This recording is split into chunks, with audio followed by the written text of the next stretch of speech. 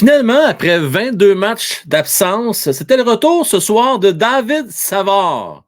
Moi, ce qu'on se parle, nous sommes en fin de troisième période. On va couvrir ça ensemble. Et après quoi, on va faire un résumé de la semaine et on va parler de la semaine à venir. La gang, c'est un bon show. Le show sur la passerelle. Let's go!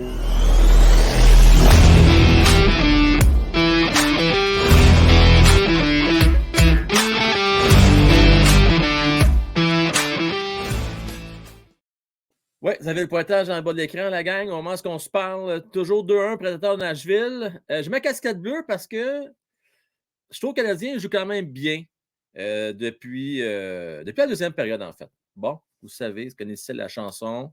Il faut jouer 60 minutes. Encore une fois, le Canadien a de la difficulté à jouer 60 minutes. Pour ceux qui ne sont pas au courant, depuis le début de la saison, c'est la 5e fois que le Canadien joue 2 matchs en 24 heures. 2 matchs en 2 soirs. Jusqu'à maintenant, c'est quand même comique là, comme stats. Là. Ils ont toujours gagné leur première game. Donc, la première gagne tout le temps. Mais là, si j'exclus le match de ce soir, ils sont 0-4 lors du deuxième match. Ce qui m'étonne, c'est quand même une équipe relativement jeune. En principe, il me semble, pas être si fatigué que ça. Mais ça a bien l'air, parce que Nashville, les autres aussi, c'est leur deuxième match à 24 heures ce soir. Les autres, ça paraît un peu moins, mais bon. Ceci étant dit, les Canadiens ont de la difficulté à ce niveau-là. Quelque chose peut-être à regarder. Sinon, quoi dire du match de ce soir jusqu'à date? Slaffy joue encore bien. Moi, je vais le dire, je le regarde, là. C'est plus le même Slaffy du tout que je vois. Puis, tu sais, c'est dur de ne pas savoir que c'est lui parce que, tu sais, le 16 ne ment pas, là. Mais imaginez que ce soit un autre numéro, là, je veux dire, c'est plus le même joueur. Le moment, tantôt, je vais donner une séquence là, en milieu de troisième. Je le regardais aller. C'est le numéro 20, ça, là? Oui, c'est le numéro 20. Il a vraiment l'air, commence à avoir l'air d'un vrai joueur de hockey. Il sait où se placer. Bon, il y a encore des lacunes. C'est encore un jeune dans un corps d'homme, mais lentement, mais sûrement, là, il va commencer à être un atout pour le Canadien de Montréal. Et on sait, on en a besoin de 16. Même hier, imaginez-vous donc, il drop les gants. Puis moi, écoutez, pour la première fois depuis, je pense, 2 ans, j'ai manqué un game en direct. La première fois, je ne l'ai pas écouté, une soirée de boys hier, entre autres avec mon cher ami Bruno, que je salue. Donc, non, tout ça pour dire que je n'ai pas regardé la game hier, mais j'ai regardé les highlights. Là, on était super au casino hier soir, puis on a vu à l'écran des bouts. Puis quand j'ai vu Slaffy qui drop les gants, voyons donc, qu'est-ce que c'est ça, cette affaire-là? Ben oui, fait qu'imaginez-vous donc que Slaffy hier, non seulement a droppé, mais en plus a marqué un super beau but en tir de fusillade. Vraiment un beau but, là. C'est vraiment nice. Là. Et que dire de la performance de Kaden Primo hier? C'était absolument extraordinaire avec 46 arrêts. Là, au moment où on se parle, par contre, si on vient au match de ce soir, il reste 3 minutes à faire. Canadien, écoutez, c'est pas la même game du tout. Là. On se faisait dominer au niveau des... Ben, dominer, c'est un grand mot. Les Prédateurs dominaient par 2 tirs au but, donc 11 contre 9 en première période. Mais là, ça a reviré de bord. Là. Ça a reviré de bord. Canadien, c'est 36-30 au moment où on se parle. Salutations à Trucker du Canada, qui était l'heureux gagnant ce soir, qui est au Centre Bell au moment où on se parle, grâce au style J. Marceneau. Donc, j'espère malgré tout que tu as un bon match. Et je te souhaite une remontée du Canadien là, pour la dernière 2 minutes qui restent. Je salue Alexis Roy qui est là, Mike Gould, Bernard Doyon, Mario Boudreau, Adam 87, Éric Latour. Bonsoir Frank et la gang. Salutations à toi, mon cher Éric. Merci d'être là. Salutations à Jean-François Prévost également, ainsi qu'à Denis Brassard, fidèle au poste, mon cher Denis. On aime ça. Pinchou Casino. Mario Suzuki n'a pas fini son adolescence. Ben là, à un moment donné, à 24 ans, il va falloir qu'il passe son adolescence. Là. Hein? À un moment donné. Je veux également saluer, mais je l'ai déjà fait. Non, je l'ai fait, mais je vais le faire encore. Bernard Doyon, la gang, là, au cas où vous ne soyez pas au courant. Vous ne soyez pas ça. Au cas où vous n'êtes pas au courant, il est maintenant membre vestiaire des pros. Alors, il est en direct avec nous autres ce soir. On aime ça. Donc, merci à toi. Sébastien Sweeney. Il nous salue. Boys and girls. Et Nat Lafont. Toujours fidèle au poste, nous rappeler de mettre des pouces, de liker. Toujours bien important. Julien Landry, Trépanier, avec d'autres. Termite QC. Canadien 10, c'est JP également qui étaient les deux premiers ce soir. Salutations à vous autres. Il reste 1 minute 39. Les paris sont lancés. Est-ce que les Canadiens vont retirer Jake Allen? Pour ceux qui n'ont pas vu le match ce soir, juste vous dire quelque chose. Là. Jake Allen n'a pas rien à se reprocher. C'est plate. Encore une fois, il s'enligne peut-être pour avoir une 7e défaite de suite. Premier but de tir dévié. Et puis, le deuxième but, à un moment donné, là, regarde, là, le gars était tout à sa gauche, passe transversale, ça rentre au poste. Là, fait que rien à se reprocher, 2 petits buts en 30 tirs. C'est Canadien. Encore une fois, ne capitalise pas sur ses chances, n'arrive pas à mettre dedans. Le premier but, le but de Jake Evans, ça faisait déjà presque 100 minutes, imaginez-vous donc, Centre Bell, que le Canadien n'avait pas marqué. Ça, c'est presque 2 matchs complets sans marquer. Alors, on va faire un moment donné qu'on travaille là-dessus. Je pense qu'on. Je regardais encore tantôt, là, en 3e. Beaucoup de jeux en périphérie. Pas beaucoup de gars qui vont dans zone payante, là où ça fait mal. J'ai vu Josh Anderson le faire, malheureusement, a trébuché sur le bâton de Saros ou en même temps être légèrement accroché. Je ne pense pas que ça matière à pénition, par exemple. L'arbitre a bien placé. Ça, en parlant d'arbitrage à soir, là, je ne sais pas si vous avez marqué ça, mais en première période, c'était affreux. Là. On se courait dans un match pré-saison. Des pénalités une après l'autre. C'était décousu. Ça brise le momentum. C'est tough. Là.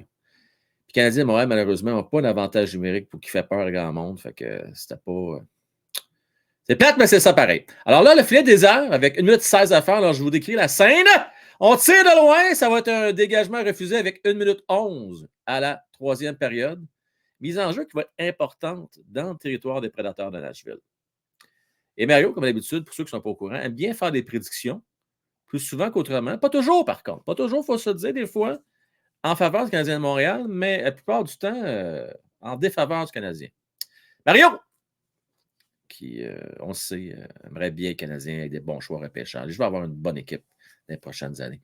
1 minute 8 à faire à la 3e, et on gagne la mise en jeu. Malheureusement, Prédateurs reprennent la possession, mais un petit dégagement en zone centrale, et c'est repris par Matheson maintenant. Matheson.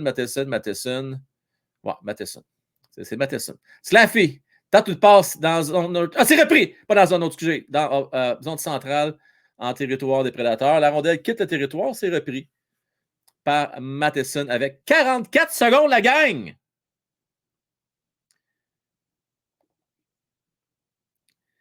C'est drôle que tu me parles de ça, Mike. Vraiment drôle que tu me parles de ça, parce que je voulais justement vous en parler. Imagine-toi donc. Mike, qui nous parle des tirs au but de Cole versus Gallagher. J'ai fait le même constat que toi. Donne-moi une seconde, par contre, on décrit la fin. Il reste 20 secondes. Ah, c'est la fille qui l'échappe malheureusement. 17 secondes.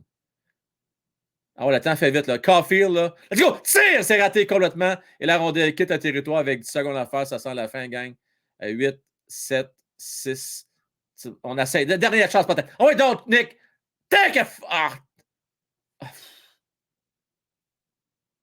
Terminé. OK. Je ne sais pas s'il va compter le tir de Cole. Là. Il restait plus de temps, mais c'était serré. Mais peu importe. OK, gang. C'était un de mes sujets ce soir. Si tu veux, je peux y aller tout de suite. On va en parler tout de suite. Je vais parler de Savard, mais on va parler tout de suite de Cole. Un tir au but. Et tu as raison, Mike. Pendant le pointage en passant finale, 2-1. Mario, désolé. Je sais que tu connais beaucoup ton hockey, mon cher Mario, je ne te l'enlève pas, mais cette fois-ci, non! Tu n'as pas eu raison. Défaite du Canadien de Montréal 2-1. Non, tout ça pour dire, c'est difficile pour Cole, gang. Je suis inquiet. Je pense qu'il est encore accommodé par son épaule. Je ne peux pas croire. Encore une fois, je le vois souvent. J'ai vu à soir, il a feinté. Je ne sais pas si vous avez vu cette séquence-là. Il fait semblant de faire un tir frappé, mais il ne le fait pas. Il n'en fait pas de tir frappé.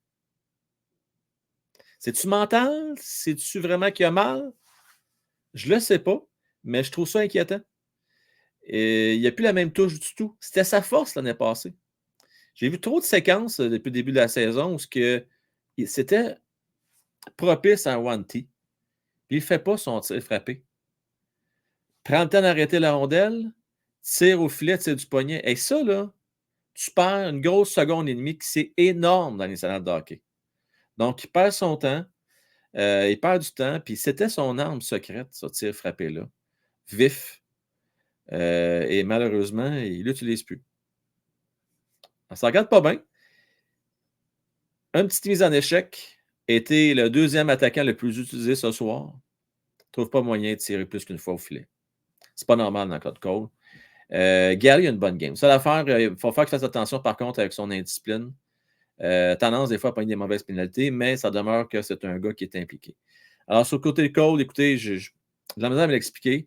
Les deux hypothèses là, qui sont les plus plausibles, je vous dirais, c'est son problème d'épaule, ou sinon, Martin Saint-Louis peut-être, et ou ses collègues, essaient un peu de le transformer, c'est-à-dire d'en faire un joueur efficace sans la rondelle.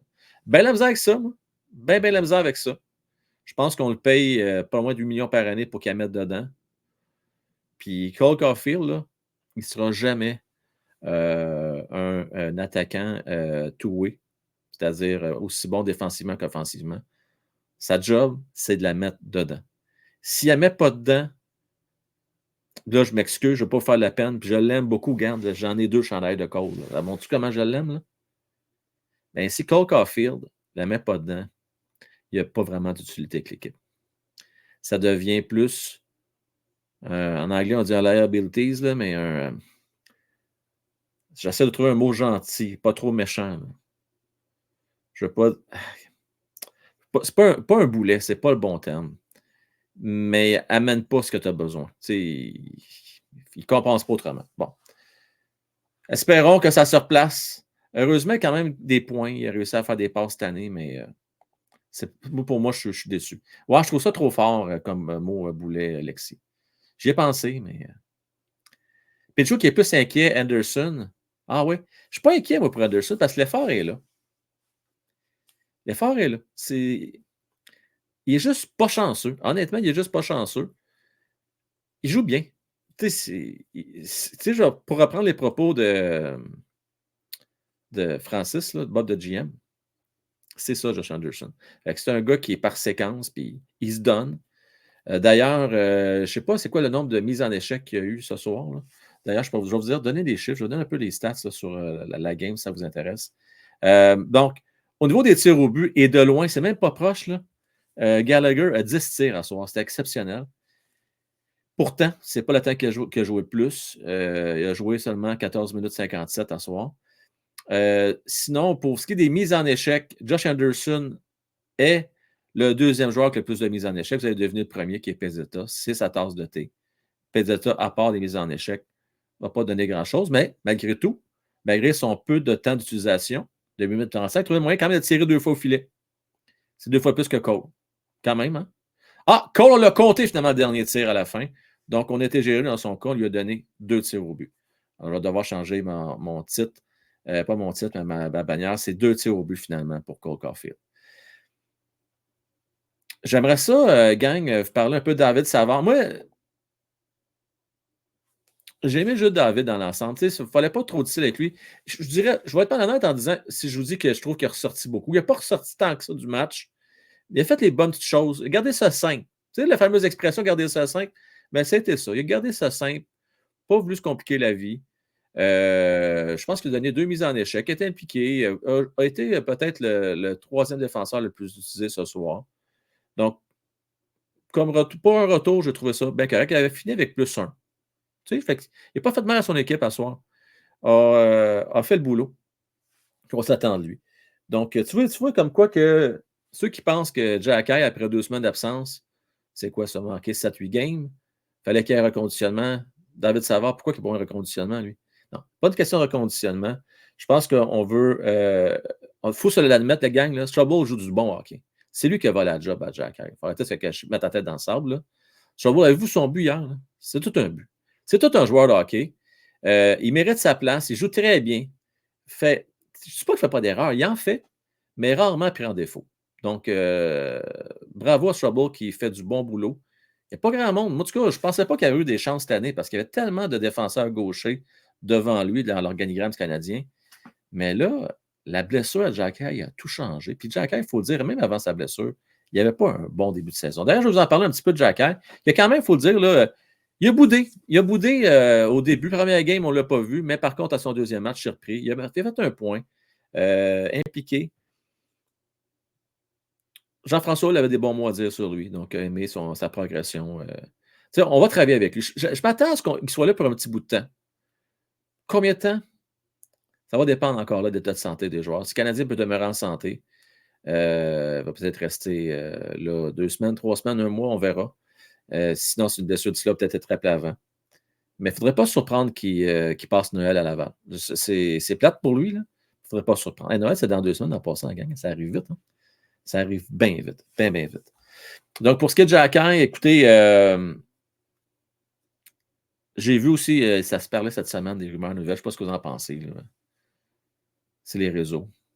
C'est Mathias Brunet qui a sorti ça, ou il y a un journaliste qui a sorti ça. Un choix de première ronde pour Xhekaj. J'ai de la misère à croire ça, moi, honnêtement. Là. J'ai bien de la misère à croire ça. Que Xhekaj voudra un choix de première ronde. Mais je vais vous poser quand même la question. Vous autres, là, est-ce que vous le faites? Si on vous donne un choix de première ronde pour Xhekaj, oui, tout de suite, vous le prenez ou non, on garde Xhekaj?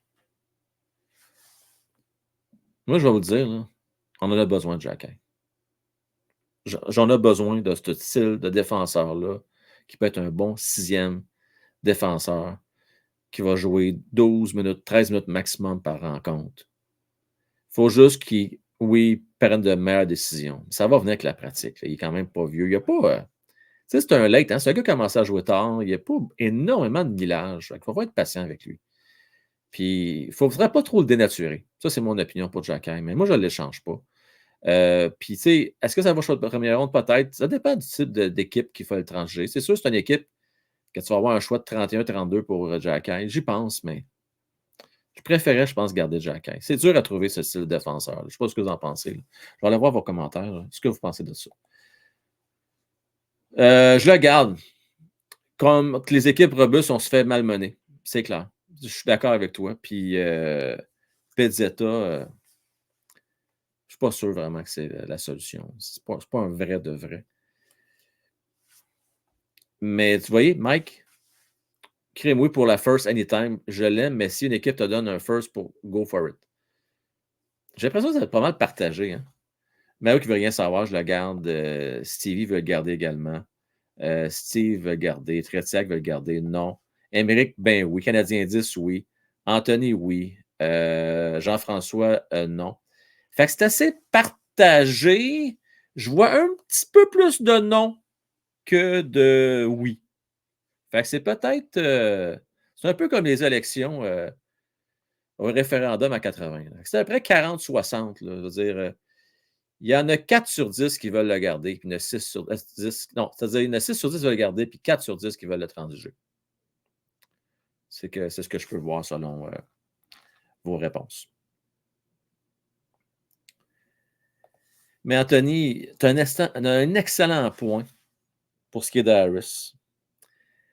C'est vrai qu'on ne s'en ennuie pas, mais Anthony, on ne devrait pas avoir à s'ennuyer d'un Harris. Harris, c'est un 4e, 5e défenseur.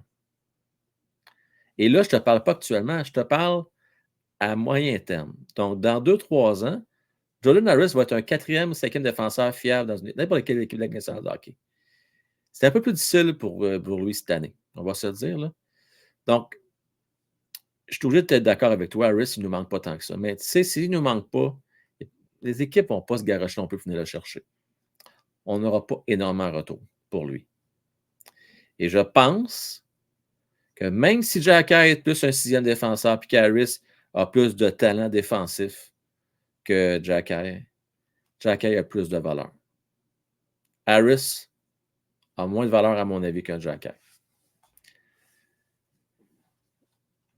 Ouais, c'est plusieurs Alexis qui parlent de jouer en avant. On en a parlé quand même la semaine passée de ça. J'ai du sceptique là-dessus. Je pense pas. Là. On va pas. On a déjà son frère là, qui joue en avant, là, comme tu dis. Là. On ne va pas le faire jouer avant. Je serais vraiment surpris. Non, on va voir le garder comme défenseur. Puis si ça ne fait pas, ben, on va aller le transiger. Pour ce qui est de jeunes espoirs, j'aimerais ça vous parler un petit peu de Méchard parce que j'ai été rough avec lui. Pour être bien franc avec vous autres, je n'ai pas aimé du tout les deux camps qu'il y a eu avec le Canadien de Montréal. L'année passée, cette année. L'année passée, une saison très ordinaire dans l'OHL. Et cette année, il s'est pris de belle façon. C'est sûr que là, quand tu arrives à 19 ans, quand tu es un choix de première ronde, ben, il faut s'attendre à ce que tu domines. Mais au moins, c'est ce qu'il fait. Comparativement à Beck, qui est un peu plus tranquille, Mesher, il produit. Il a eu encore vendredi soir une belle performance avec 3 points. Donc, je vais vous en parler un petit peu. Moi, je vais pouvoir le suivre au Mondiaux Junior, qui s'en viennent dans une quinzaine de jours à peu près. Là. Ben, un petit peu avant Noël, hein? Douzaine de jours. D'ailleurs, je vous invite à aller voir Mordu de Sport. Il en parle des mondiaux. Il parle principalement de la Suède, du Canada et des États-Unis. Là. Mais moi, je vais voir surveiller Mesher pour la Slovaquie. Devrait être un des leaders dans cette équipe-là, en principe. Donc, j'ai bien hâte de le voir aller. Il va être un de ses meilleurs de son équipe. Slovaquie, c'est pas une puissance, mais quand même, va être une bonne petite équipe qui devrait être dans les top 6, je pense, dans ce tournoi-là. Donc, tout ça pour dire, je vais surveiller de près. Espérons que ça va se transporter du côté de la Ligue nationale éventuellement. Mais on va devoir être patient.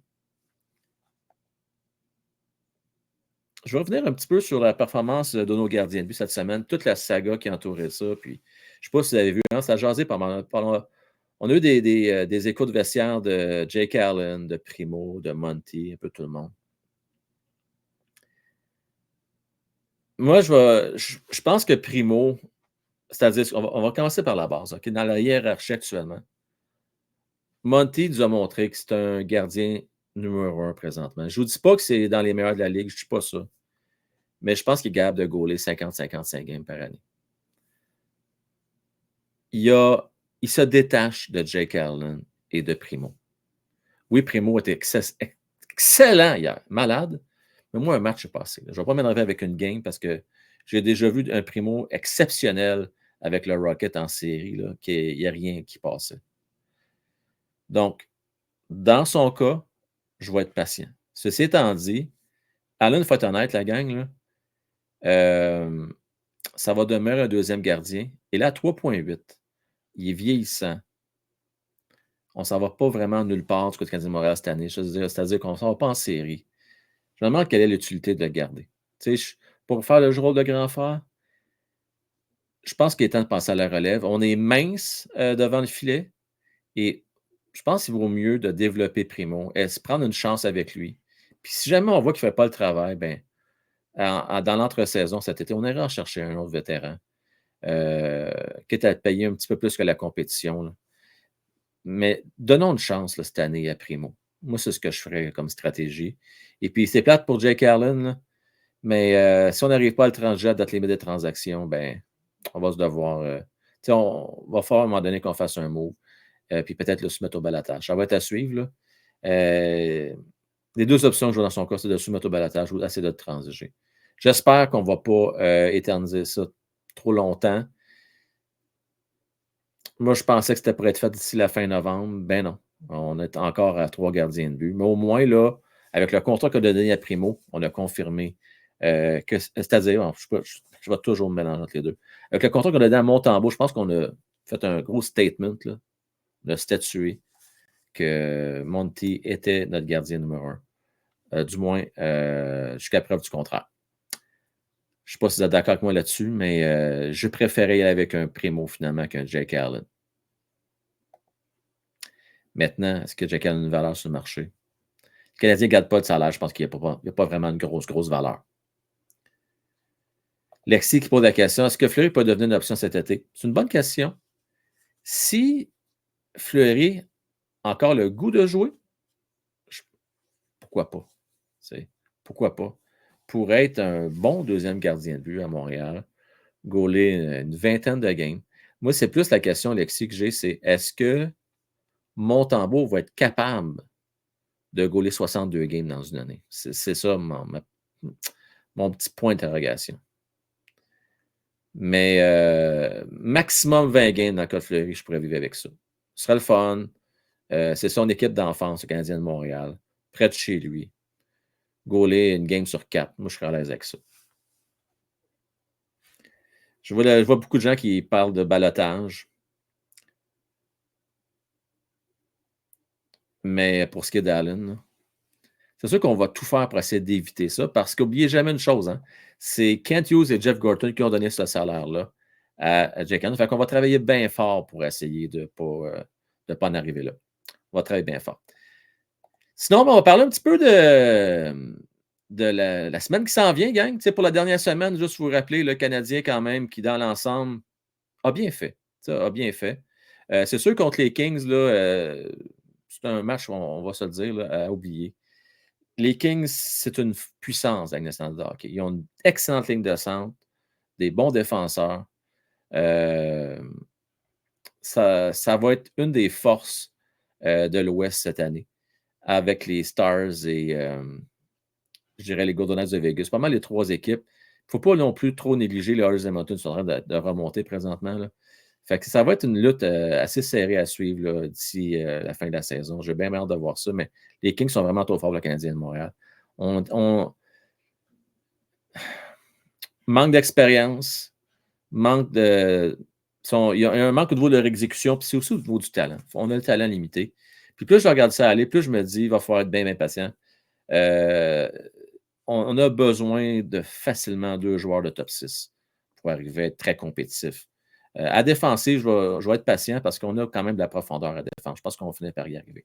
Je vais aller voir les. En fait, je vais vous parler des matchs à venir pour la semaine à venir. Donc, je vais aller du côté du Canadien de Montréal. Ce ne sera pas bien long. Je vais vous partager ça en même temps. Donc, voici le calendrier du Canadien de Montréal pour cette semaine. Juste vous rappeler, comme à l'habitude, là, on va venir. C'est parce que c'était un petit peu désorganisé la dernière semaine. Pas désorganisé, mais des horaires un peu bizarres, des games le lundi, des games le dimanche. Puis là, on devient des heures un peu plus normales. Donc, demain, on revient avec on fait l'avant-forum VIP. Donc, pour le premier 30 minutes, avec tous les membres de la Loge Président et plus. Puis après ça, à 20h35, on met ça disponible pour tout le monde. Donc, on revient avec cette formule-là pour demain. Sinon, pour ce qui est des matchs canadiens de Montréal à regarder, prochaine game, c'est mercredi contre les Pingouins de Pittsburgh. Bien d'avoir ça. Pingouins qui. C'est un peu décevant cette année. Franchement, là. Crosby n'a pas de mauvaise saison, mais Carson n'a pas l'effet escompté. Ben de misère à produire en avantage numérique. C'est une des 3 pires équipes de la Ligue, les Penguins de Pittsburgh, en avantage numérique. Donc, imaginez, là, tu as Malkin, Godzul, tu as Carlson, Crosby, puis tu arrives. Le temps, c'est une machine. Puis tu n'arrives pas à trouver le synchronisme, puis t'organiser, puis à faire produire ça. Donc, j'ai hâte de voir ça. Ça va être à Montréal mercredi. Donc, une petite semaine tranquille, hein? Juste 2 games cette semaine. Donc, mercredi contre les Pingouins et samedi contre les Islanders de New York. Je vais donner 2 points sur une possibilité à ton Canadien. C'est quasiment un pile face, gang. C'est tellement dur à prévoir. Je ne sais pas si vous avez la même difficulté que moi, là. Ils sont durs à cerner, les Canadiens de Montréal. Sur papier, ils n'ont pas un gros club, mais on trouve le moyen quand même d'être compétitif. C'est quand même spécial. Les gardiens de but font la job. Il faut le dire, là. C'est les gardiens de but qui nous gardent dans la game. On chiale, hein, nous autres, là, on chiale, on n'aime pas ça. Moi, le premier, j'aime pas les rotations à 3 gardiens de but, mais il faut dire une affaire, par exemple. Les 3 font pas mal la job. À part Jake Allen, là, que c'est tough, là. Mais Primo et Monty, ça n'a pas l'air dérangé parce qu'eux autres, ils font la job. Vos prédictions, Émeric, 3 points. Canadien 10, 4 points. Lexi Roy, défaite contre les Islanders.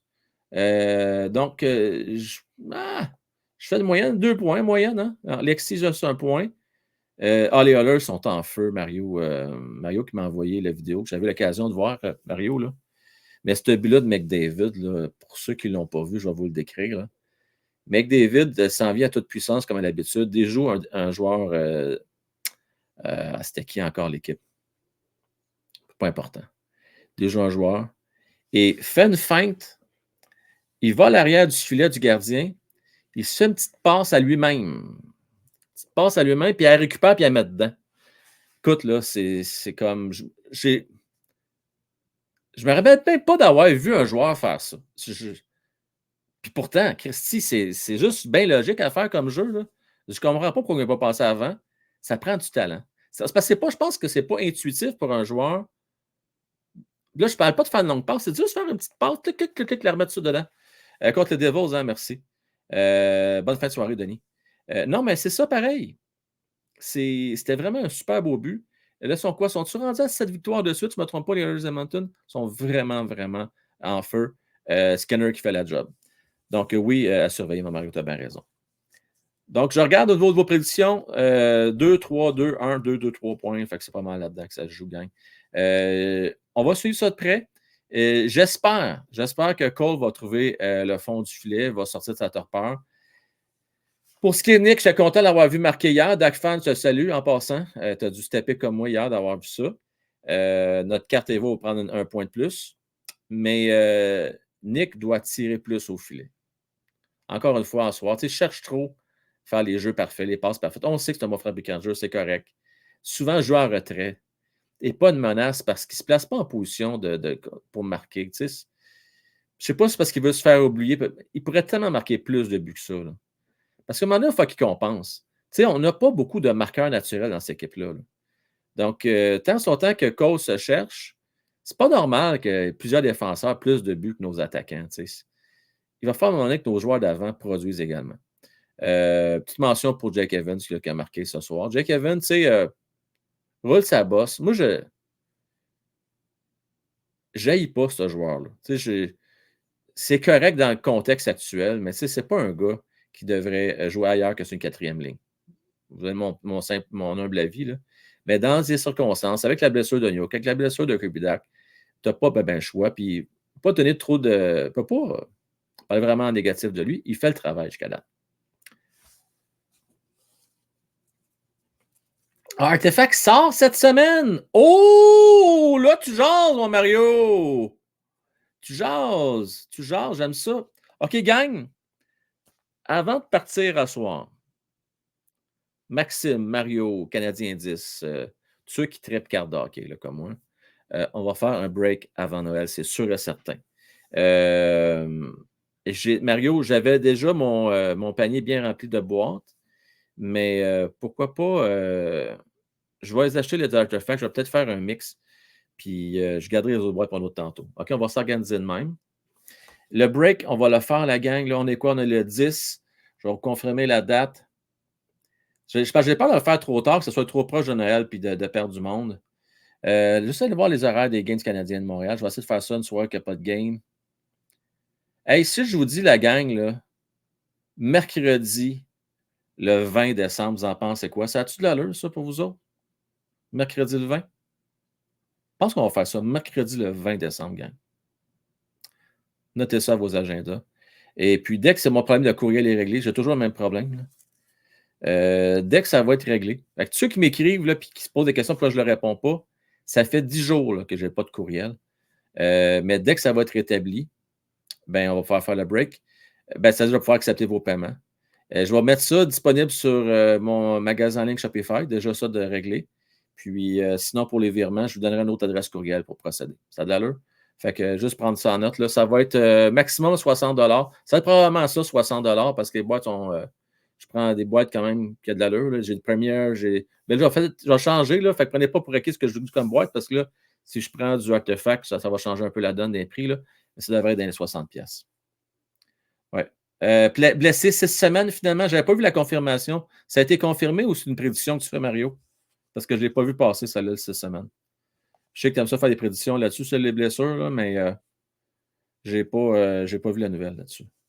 Je vais attendre d'être sûr avant. Là. Oui, je te garde un spot. OK, ben Eric, ça c'est sûr. Ce que je vais faire, Eric, là, pour que ça soit plus simple, là, je vais faire un post sur YouTube dans la zone communauté. Je vais mettre les boîtes, je vais mettre le prix, je vais mettre mon adresse courriel là.